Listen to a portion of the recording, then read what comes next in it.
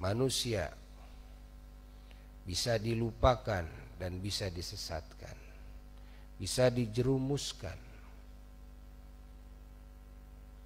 bisa dijauhkan dari Allah. Allah tidak ingin mendapatkan cinta Allah, ridha Allah, sayangnya Allah.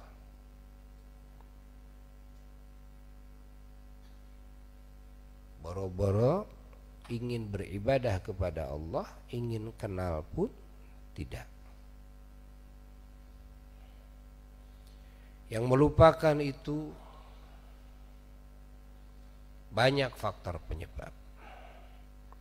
Faktor penyebab yang paling utama adalah setan. Ini faktor penyebab yang paling utama. Dalangnya. Ya.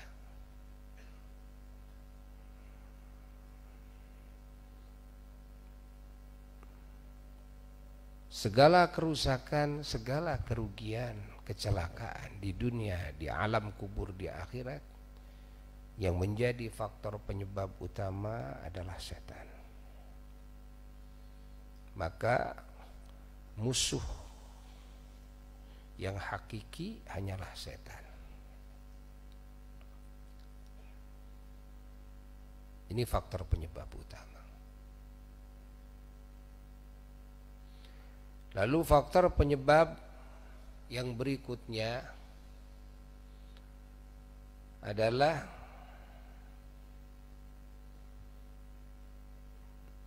jauhnya manusia dari ulama. Tidak mau dekat dengan ulama.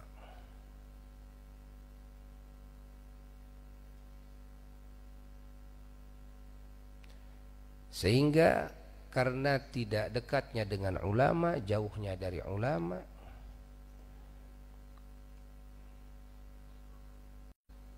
arahan ulama adalah arahan Allah dan Rasulnya. Wasiat-wasiat ulama adalah wasiat-wasiat Allah dan Rasulnya. Allahumma salli wa sallim wa barik alaihi wa ala alihi wa sahbihi.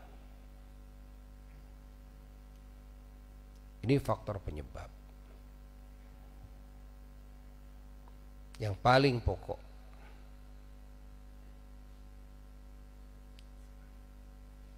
Andai kata manusia semuanya mengkaji ilmu dari ulama, mendekat kepada ulama, menerima nasihat dan arahan-arahan ulama, wasiat-wasiat ulama, amanat-amanat ulama, maka kekuatan setan, kegagahan setan pun tidak akan bisa bebas, tidak akan bisa lulus murni 100%, tidak akan bisa.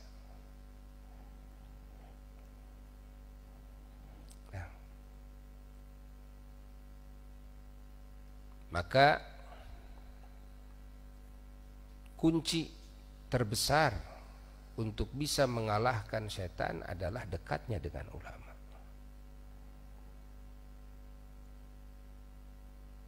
Ya. Jauh dari ulama akan melahirkan banyak lagi faktor penyebab kecelakaan, kerugian. Yang paling besar ketika jauh dari ulama, hati tidak akan kenal kepada Allah, bisa kufur kepada Allah, bisa musyrik kepada Allah. Na'udzubillah min dzalik, tsumma na'udzubillah. Tidak kenal kepada aturan Allah. Bagaimana mungkin bisa menjauhi larangan Allah, larangannya juga tidak tahu. Ini karena jauh dari ulama. Andai kata sudah tahu, tapi kalau jauh dari ulama, ya, ulama itu benteng. Ketika dekat dengan ulama, kita tidak akan berani melanggar aturan Allah. Maka ketika jauh dari ulama, walaupun sudah tahu aturan Allah, apa perintah Allah, apa larangan Allah, apa ancaman-ancamannya bagi yang melanggar, apa janji-janji Allah bagi yang taat. Nah, kalaupun sudah tahu, tapi kalau jauh dari ulama akan ada keberanian dalam hati melanggar aturan Allah. Akan ada keberanian meninggalkan kewajiban, akan ada keberanian melakukan hal yang diharamkan. Nah, kedekatan dengan ulama, hubungan dengan ulama adalah benteng.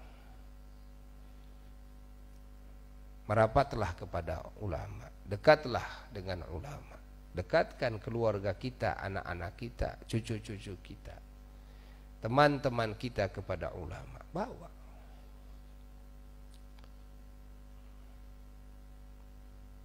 Tuh. Lalu kalau jauh dari ulama, jelas ya akan bodoh. Jauh dari ulama, jelas akan tersesat.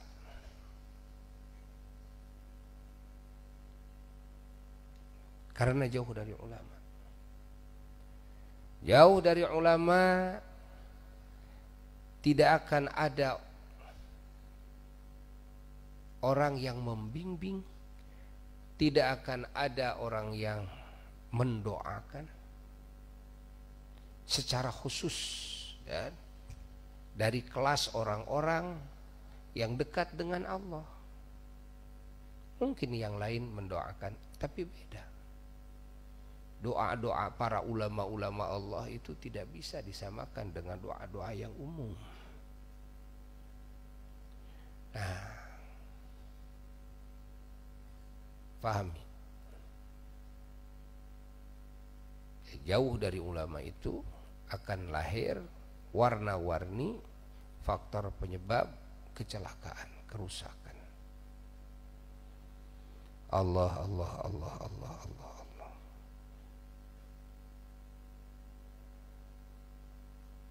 Ini faktor penyebab yang paling besar. Maka hati-hati dalam hidup. Akan sulit bisa menggapai keselamatan ketika menjauh dari ulama.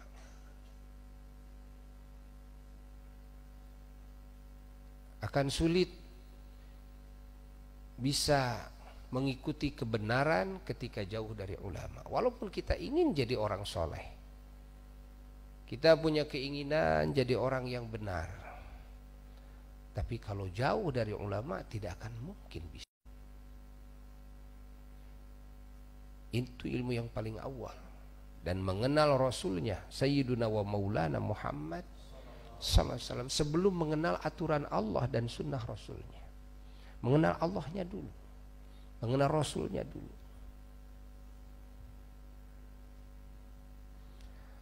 Allah, Allah, Allah, Allah. Dan tidak ada yang bisa mengenalkan kepada Allah dan Rasulnya sallallahu alaihi wasallam kecuali ulama-ulama Allah.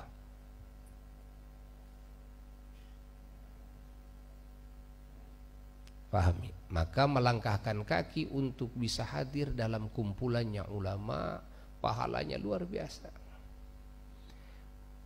Bisa duduk dengan ulama, pahalanya luar biasa. Bisa menerima nasihat dan arahan ulama, pahalanya luar biasa. Keuntungan yang sangat hebat sekali. Ini pertanda usaha setan dan segala kemampuannya yang dikerahkan oleh mereka akan gagal kalau manusia dekat dengan ulama.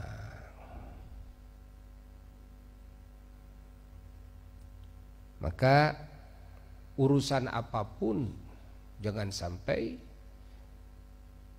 melupakan kita untuk hadir, melupakan kita sekali lagi dari kewajiban kita hadir di majelisnya ulama. Urusan bisnis, urusan keluarga, urusan apapun, jangan sampai melupakan.